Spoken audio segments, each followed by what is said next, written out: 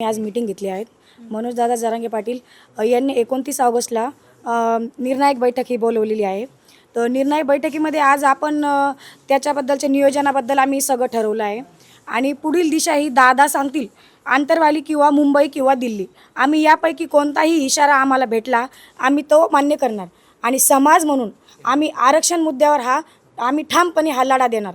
कारण आपण 2 ऑक्टोबरचा GR जो पाहिला, तर 2 ऑक्टोबरच्या GR मध्ये त्यांनी जे 58 लाख नोंदी यूज केलेल्या होत्या, 58 लाख नोंदी निघाल्या। मग त्याप्रमाणे तुम्ही व्हॅलिडिटी सर्टिफिकेट हे पाठवले का, दिले का, वाटप केली का, किंवा त्याची व्हॅलिडिटी दिली का, याचं त्यांनी SOP कुठल्याही प्रकारची त्यांनी फॉलो केलेली नाही आणि GR फक्त हातात देऊन हे भागत नाही, तर त्याची अंमलबजावणी करणे ही पण तितकी जबाबदारी आहे।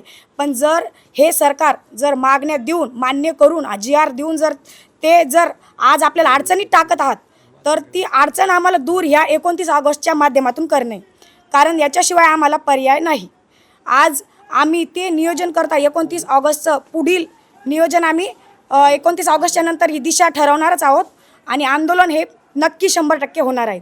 आणि नवनाथ वाघमारेच्या बद्दल मी एवढंच सांगते, आज मी त्याला फोन केला होता, त्यांनी फोन हा उचलला नाही आणि मी त्याला कुठेही दिसलं त्याला सापडून आम्ही त्याला चपलेने हाणल्याशिवाय सोडणार नाही। आणि माफी मागून हा तुझा फायदा नाही आहे, माफी मागितली तरी तू बांगड्या घाल आमच्या समोर, तेव्हा आम्ही तुला माफी देऊ। या संपूर्ण उपोषणामध्ये आंदोलनामध्ये महिलांचा सहभाग कसा असतो? महिला आता पहिल्याने जेव्हा 10% 5% आल्या होत्या, यावेळेस आम्ही पूर्ण 90% महिला आम्ही आंदोलनाच्या ठिकाणी नेणार एवढी जिम्मेदारी आम्ही आज घेतलेली आहे।